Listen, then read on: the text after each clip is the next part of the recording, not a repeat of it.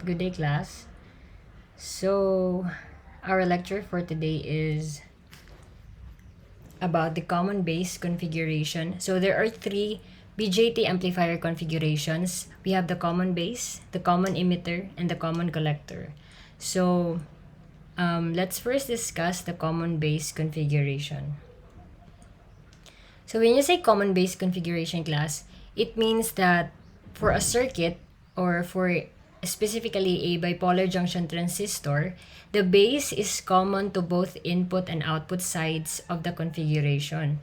So from the word itself, common base, ang base niya kay common to both input and output.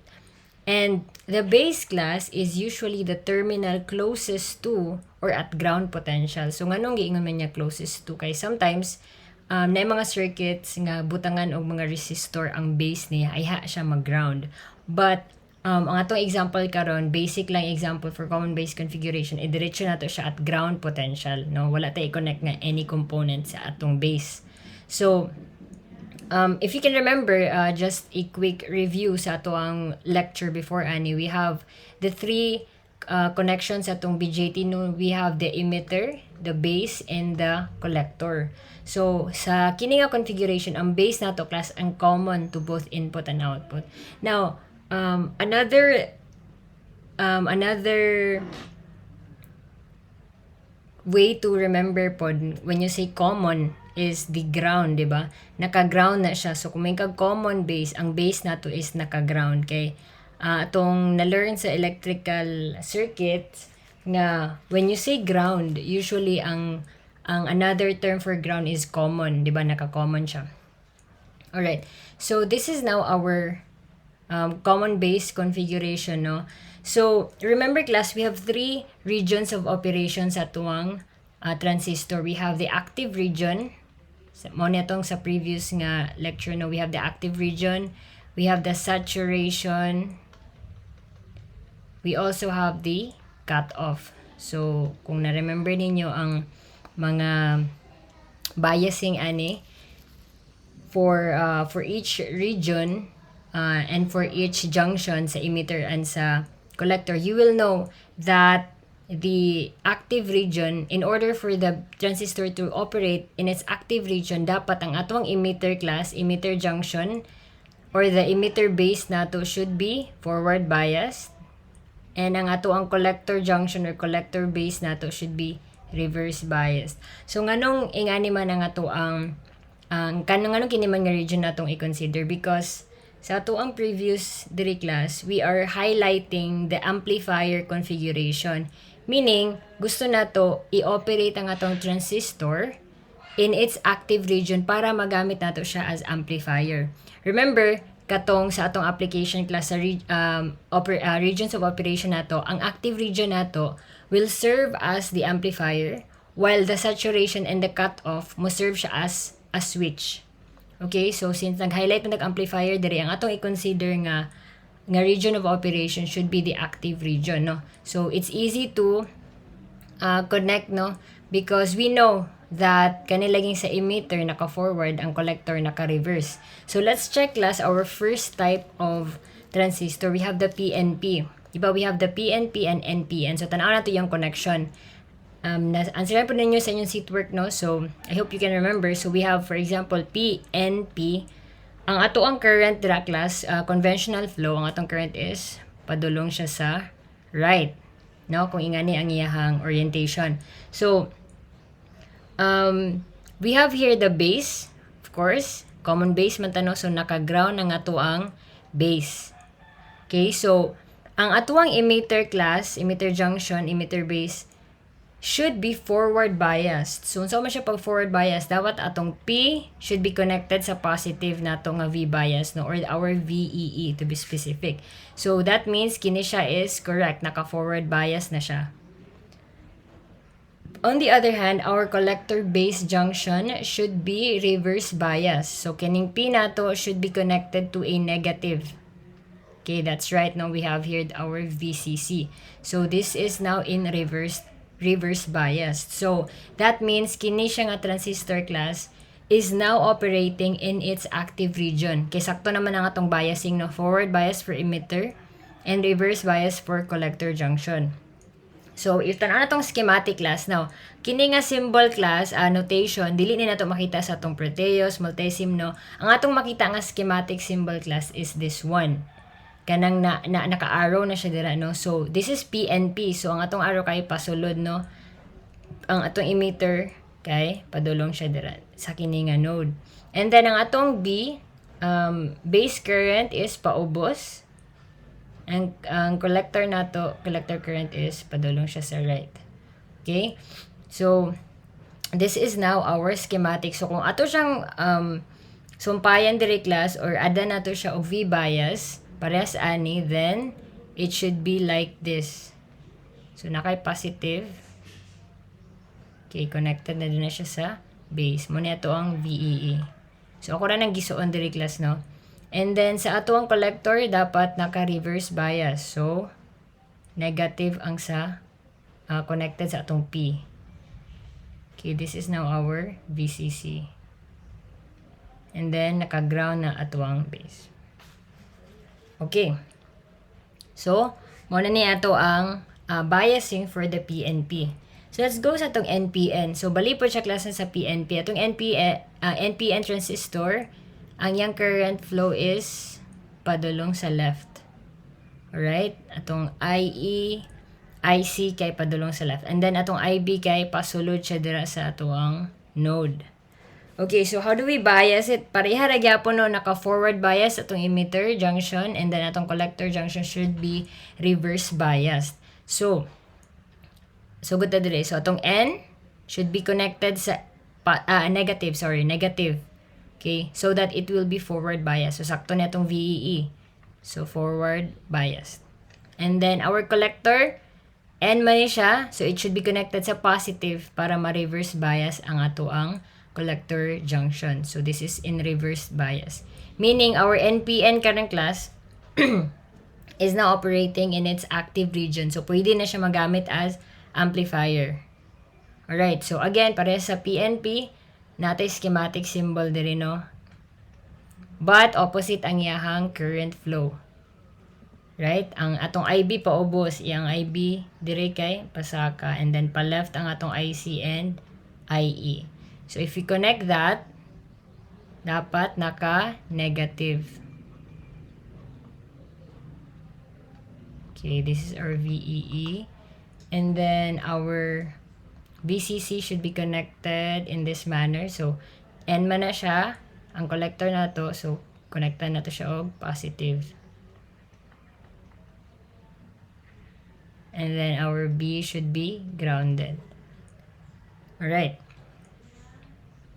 Okay, I would just like to highlight pod class kay bas hindi ninyo makita asa man ang input ani. So, input output, of course, gi-emphasize man diri no nga base is common to both input and output sides of the configuration. So, kini atong left diri class.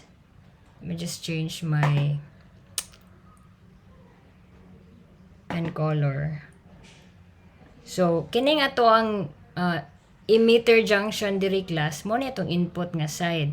Okay? Input. Ano itong input? And then, kanya itong collector nga side class, mo niya itong output.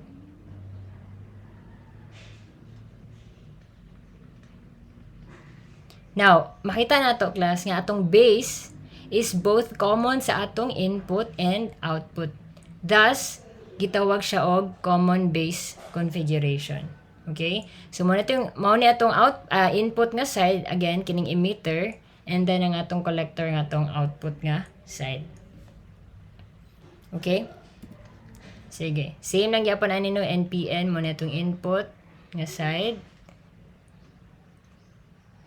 And then, mao ni atong output. Alright. So, let's go to our input characteristics and output characteristics of a common base configuration. Now, these characteristics class mo na importante na ito nga gina-consider no, for common base configuration. And, mo po na siya ang inyong i-graph sa inyong laboratory. So, take note of this. So, we have the input characteristics, of course, dili ta mag-consider sa emitter na ito nga side, and then output characteristics sa atong collector. Alright. So the input characteristics class ato ang sa itong common base configuration are as follows. We have the IE or the emitter current, kani. And then we have the VBE. So unsa man ning VBE? This is the voltage between your base and emitter. So mo na siya nga voltage, no? Mo na itong VBE. Okay, so mag-consider lang tag isa ka type class. Anyways, ang difference naman no sa PNP ug NPN kay ang iyahang polarity. So i-consider na to ang NPN kay if you check your Proteus and multisim, I believe your generic your generic transistor is an NPN. Okay, so again, these are the input characteristics, the emitter current, and your voltage between your base and emitter. So ang ato ang polarity na natin negative dra because this is N, di ba? And then we have a positive here. So mo nito ang input characteristics. Okay, we have the output characteristics class. Ato ning i-graph later ang both characteristics nino input and output. But just to highlight, ang atong output characteristics are sama ang ato ang collector current, and we have the voltage between the collector and the base. Kani siya. We have the VCB. This is negative, positive. Okay. So, let's take a look at the input characteristics class. So, in order to graph our input characteristics of a common base configuration class, emphasize lang na to, this is a common base silicon, no, transistor amplifier. So, mag-make sense sa inyo ang atong mga value or atong VBE will have a certain value, no, because we're using silicon. Also, sa atong Proteus, silicon yapon yung default na class. Okay, so to graph our input characteristics class, we set our x-axis as the voltage or the VBE, katong between base and your emitter, and then our y as our emitter current, no, in milliamperes. So gigraph na siya class with different values of VCB. So gi-keep constant na to ang VCB class in graphing our input characteristics. Okay? So for example, kini highlight nato nino kini siya nga graph padulong sa ubos. Ay, kini siya. Okay. So kini siya we kept VCB as equal to 1 volt, no? And we see that as we increase as the voltage VBE increases, nag-increase po na nga to ang IE.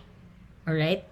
But ang highlight na to ani class is the values, makita nimo nga as we increase our VCB, di ba atong VCB from 1 volt to 10 volts, as you can see, ni-shift siya to the left, no? Ni-shift siya og gamay lang to the left. And as we further increase our VCB to 20 volts, mas ni-shift pag siya to the left. And our current now increases pag yun. So, the explanation ana class is our VCB class, tanawagan na itong VCB kay sa ato ang collector and base, right? Now, kini siya is naka-reverse bias ni siya nga junction, no?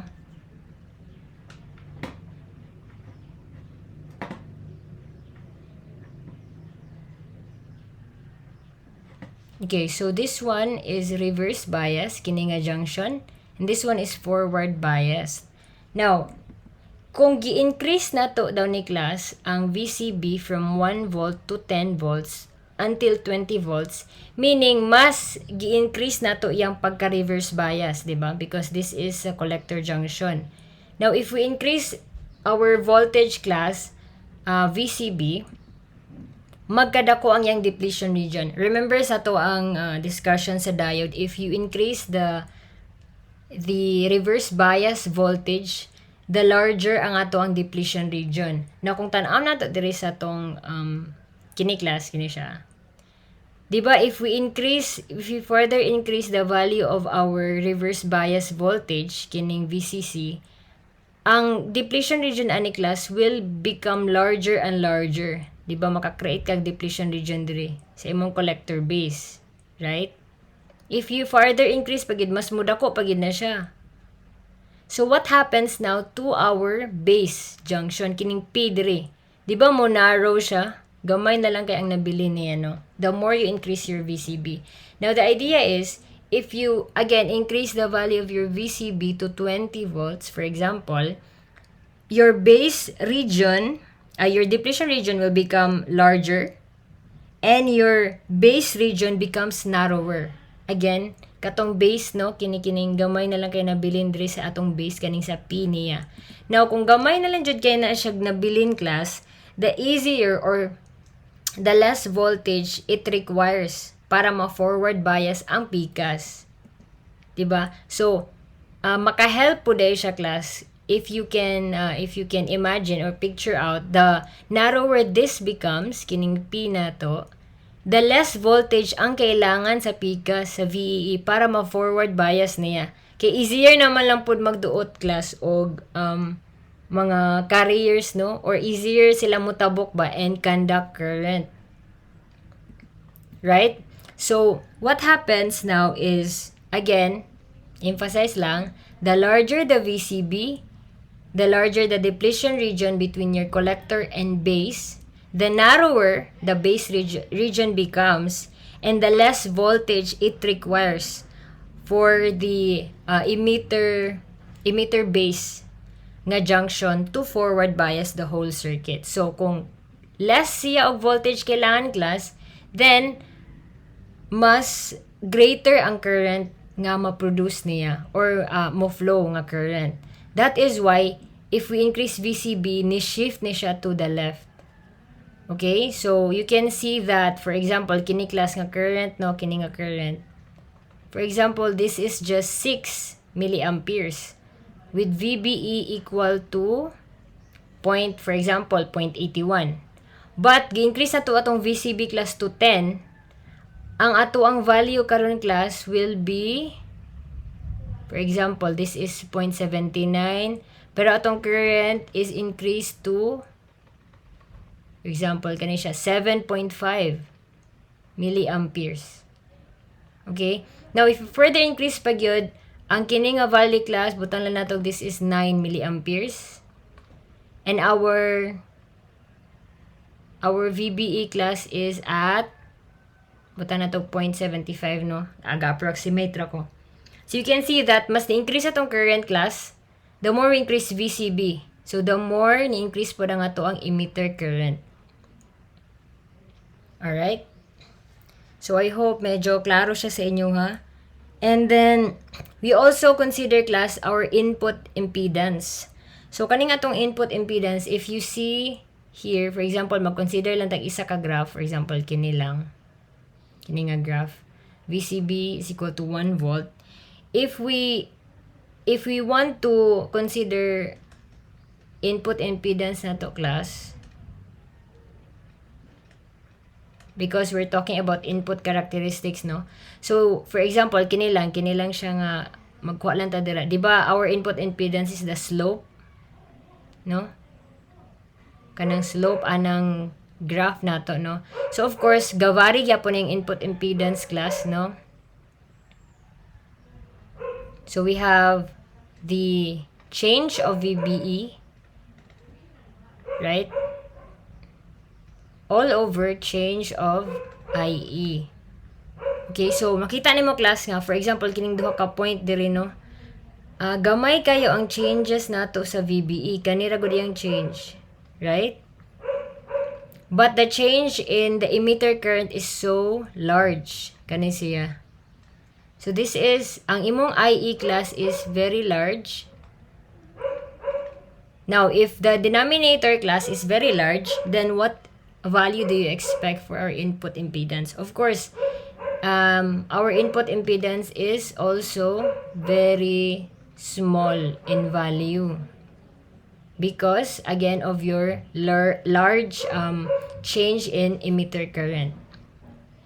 Right? So, nganong masabtan, nganong mag-make sense po ni siya nga value because when your certain junction class is forward bias, of course, you are going to expect that your input impedance is very small or your impedance nga na-consider mo nga circuit to be very small.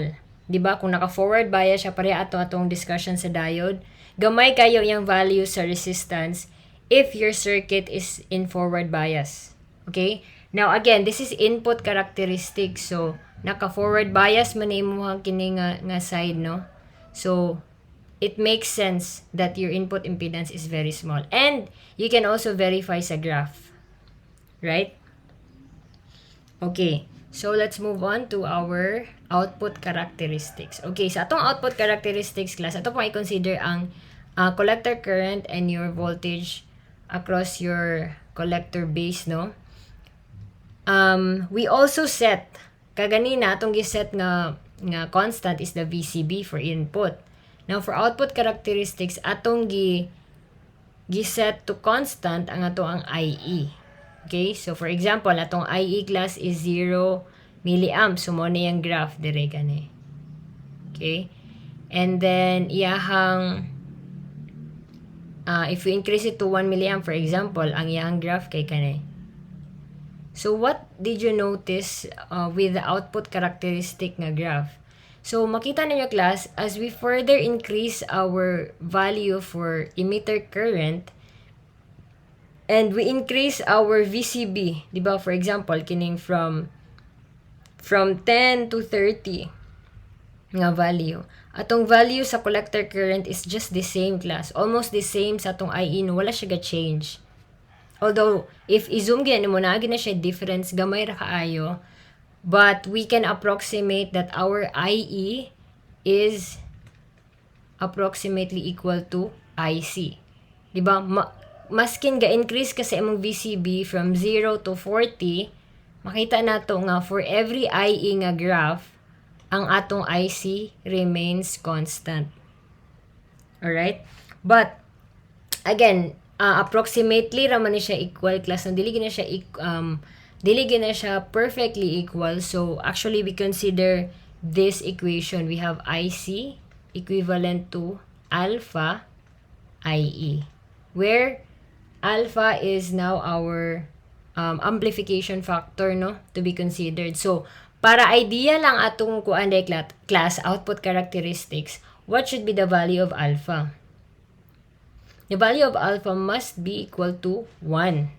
But again, dili man perfect nga to ang mga system or mga component nga na-create or na-design. So, our alpha actually ranges from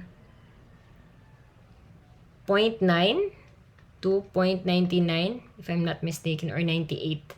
So, nga na siya na almost equal to 1 ang atong alpha because, again, ideally, IE should be equal to IC. But, again, for a more general approach or characteristic, IC is equal to alpha times IE. Alright, so now let's take a look at this region class. This is now your active region. So kani active region, again ha, mo ni atong ginagamit for amplification sa tuang transistor. So kini nga characteristic or mga values sa tuang current class atong gina-consider. But just to take a look at this characteristic para makita sad nato ang uban nga region, you can see here sa obos, this is our cut-off region. So kaning cut-off region class, this is where this is when your IE is less than your 0 milliamperes, no? So mahitabuan ni is na-negate man siya, no, meaning nabali na yang kurente kay na negative naman siya imuhang IE. So kung na negative imong IE, it's safe to say that kung nabali siya class, meaning na reverse po ang imuhang input nga side ana imong IE. So remember, when we reverse bias our input nga side or emitter junction, di ba kung naka-reverse bias ang input, naka-reverse bias ang output, di ba this operates in its cut-off region? If you can remember sa to ang previous lecture. Now this region is the saturation region. So unsa man po ni siya nga region? ang imuhang value sa imuhang kuan class, imuhang VCB, kay di ba nag-negative? Kay left side naman bali mo ni siyang 0, mo ni mong positive nga VCB, right? Mo ni mong negative nga VCB, kanang padulong na dito mga negative. So kung ginegate imong VCB class, unsay mahitabo? Kung imong ibalihon imong VCB. Kung imong gibali, meaning imo na siyang forward bias. Na kung gi-forward bias na nimo siya class, meaning imong emitter naka-forward bias na daan, and then imuhang collector is naka-forward bias siya sa kining values, imong ginegate again ang VCB. Then this transistor operates now in its saturation region.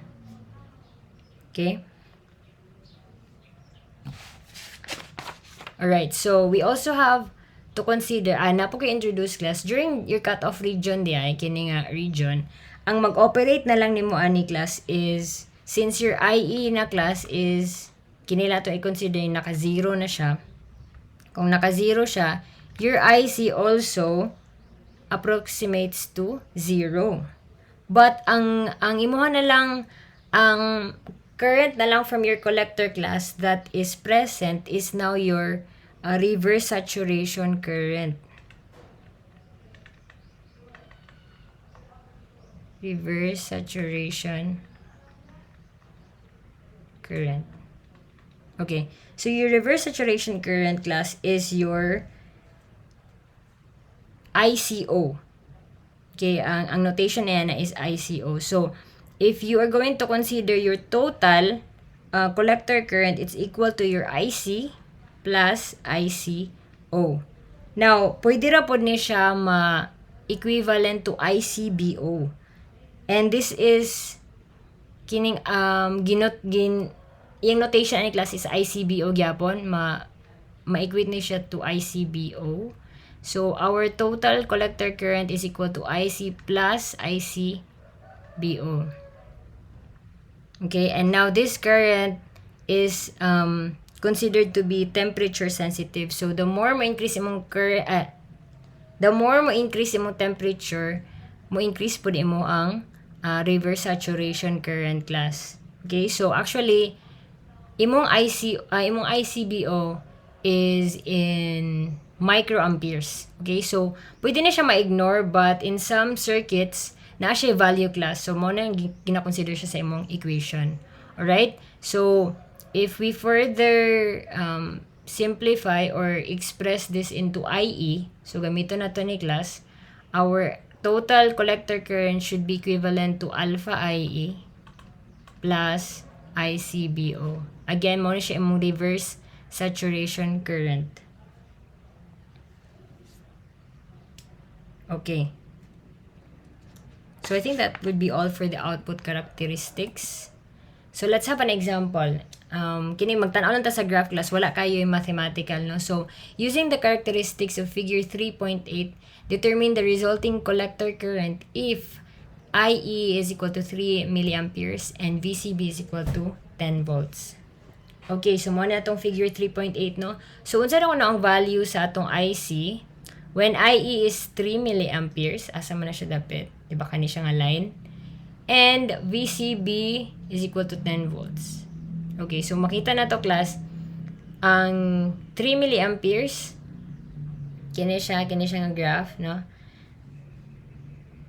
Sa imong IE, and then your VCB is 10, so value ana will be mga pila man. Your collector current is now equivalent to approximately 3 milliamperes.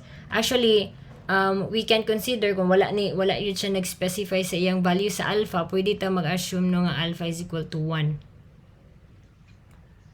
Okay, next, using the characteristics of figure 3.8, determine the resulting collector current if IE remains at 3 milliamperes. Okay, para ganina gyapon. But VCB is reduced to 2 volts. So, instead of 10, na 2 na siya. So, asa mo na siya? Okay, for example lang, no, approximately na diri ang 2 sa imong VCB. So, the value of your collector current class is still 3 milliamperes. Again, consider alpha is equal to 1. Okay, next. So using the characteristics of figure 3.7 and 3.8, determine VBE if IC is equal to 4 milliamperes and VCB is equal to 20 volts. So ningon siya 3.8, no? So the reason because na iya man kung gihatag diri class is ang IC. Okay? And ang atong graph sa figure 3.7 is IE. So ato sa taas sa 3.8, tan-aw na to pilay value sa atong IE when your IC is 4 milliamperes and 20 volts, no? So 20 volts and 4 milliamperes. So kani siya and kana siya. So makita nato class, actually given naman na siya, no? So kani siya nga 4 milliamperes. So again, maskin dili ka magtanaw sa 3.8 ni mga figure, we can approximate IE is equal to IC. So naghatag siya IC diri nga 4 milliamperes, meaning atong IE should be 4 milliamperes diri nga part. Okay, and VCB is equal to 20. Kani siya is katong from 3.8. So now, nanatay IE nga 4 milliamperes. Pangitaw na din nato class ang unsay value sa ato ang VBE. So yung value sa atong VBE. So, VCB is 20 volts. So kini siya, no? Kini nga graph kini. Okay, so if tan-aw nato na class, ang atong value is around, kung 0.7 ni siya, what could be the value of this one? So, pwede na siya. Approximate lang nato class. Our VBE, approximately 0.74 volts. Okay? Alright, so I would like to emphasize also that your VBE class, actually, sa ato ang transistor nga circuit, our VBE class is approximately equal to 0.7.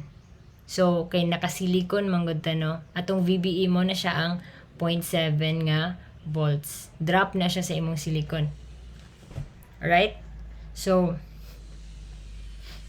of course, na siya yung mga discrepancies gamay, no? Like, could be less than or greater than 0.7. But, again, para sa atong diode, ato ang voltage when it is in forward bias should be around 0.7. Okay, so this is also your guide sa inyong laboratory kung 0.7 ba gyud yang drop class, kay kung moabot nag mga 2, mga 1, siguro 1 pwede pa ma-consider, pero pag mga 2, 4, may ana na yung value, dili na katuuhan ng mo na yung voltage drop between your base and emitter. Okay, so the next lecture is I will be making a tutorial for your laboratory. So, mga first few lang sa circuits and sa tables, and then kamo na akong ipatiwas and kamo na pod akong ipa-graph. Okay, that's all for common base configuration.